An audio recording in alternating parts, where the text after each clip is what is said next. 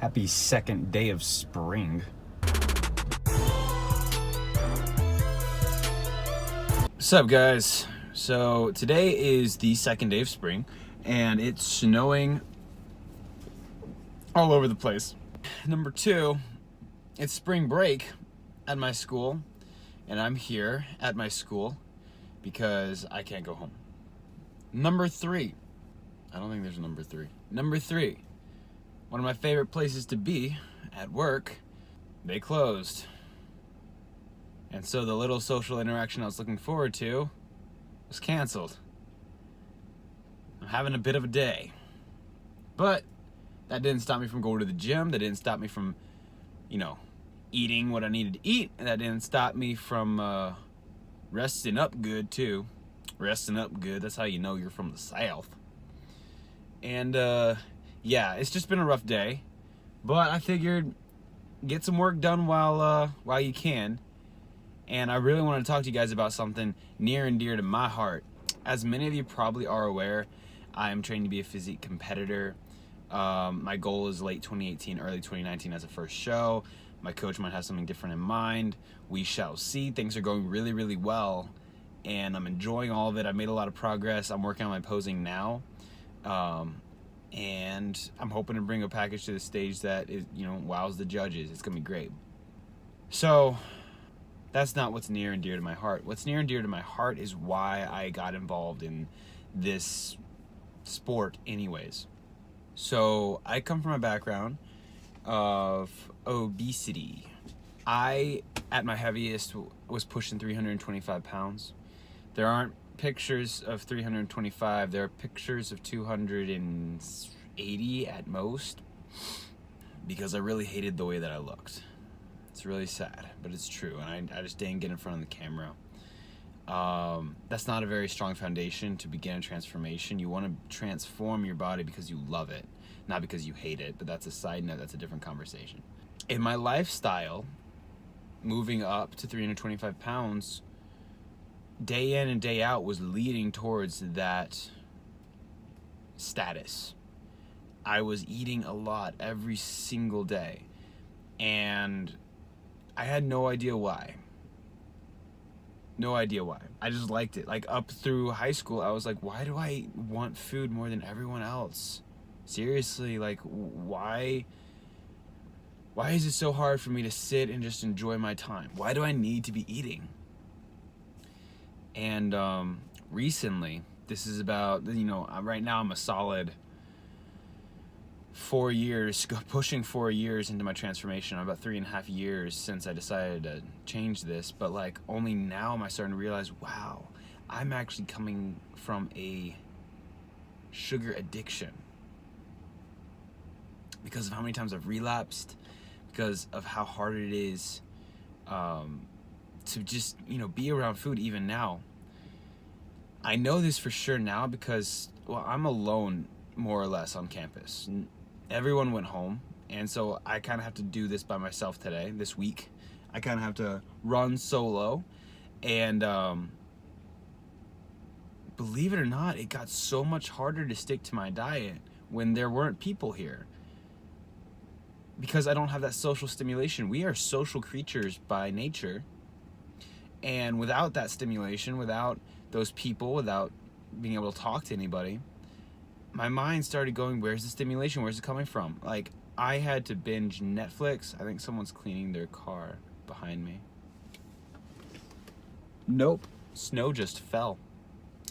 Anyways, I binge a lot of Netflix. This morning, it took me a long time to get out of my bed because work was canceled. And, I mean, there wasn't a problem with that. I'm usually, up and at it. Well, I was up and at 'em at 6 a.m. I had to get breakfast in. But, after I ate, I got back in bed and enjoyed Netflix because I could. There was no problem with it. I still got my workout in. I still am doing what I needed to do. And I decided to enjoy my day a little bit. It's staycation. Get off my back. Jeez.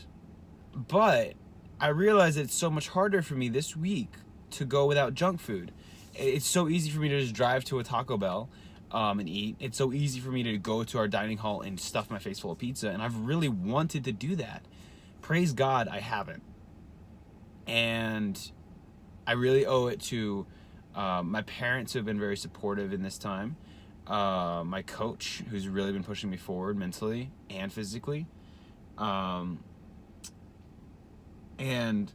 I owe it to God. He's really set this up, set me up for success in this manner. But it's a very hard uphill battle for me. It was this week when I sat here and I acknowledged, wow, I'm addicted to sugar. I'm addicted to carbs. I'm addicted to starches. That's a better way to put it. I'm addicted to food. And the stimulation that comes with it. And that's, it's not going to go away. That's not how addictions work. You can beat addictions. You can refuse to allow them to have power over you. But it's not like there's one day you're cured from an addiction. I'm acknowledging now that there might never be a time when I can just relax on my diet.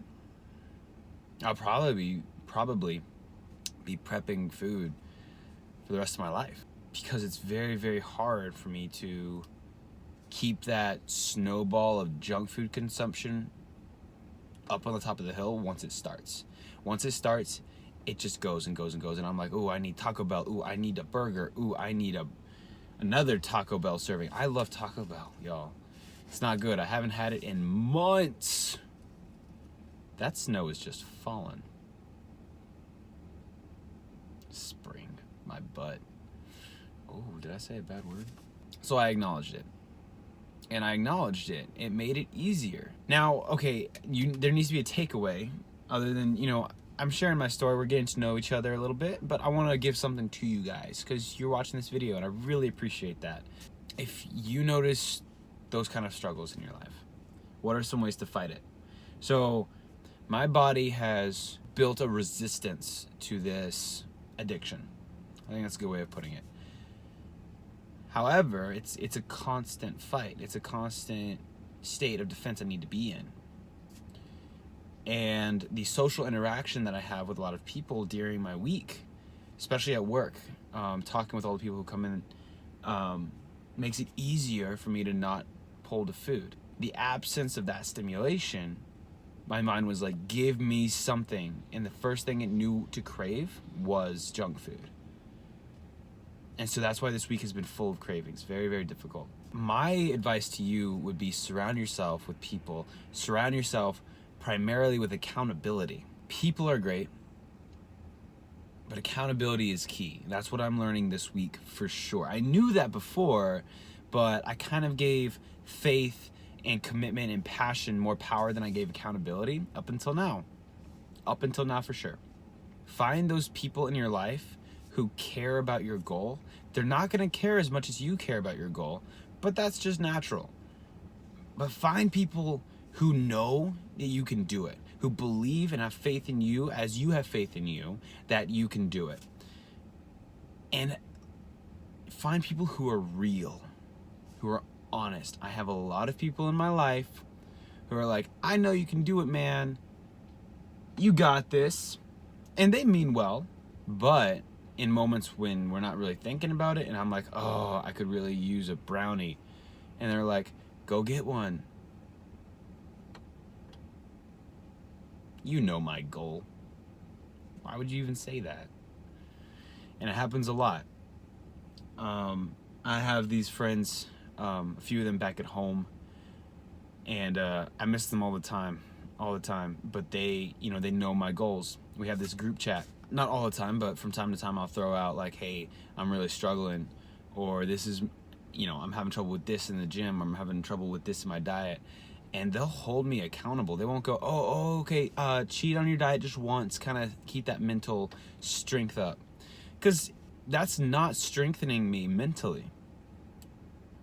It's making me weaker. It's getting that snowball rolling. So why would someone suggest have a cheat meal if it's going to make it harder for me? They know it'll make it harder for me. So they're not going to suggest eat a brownie and keep your strength up.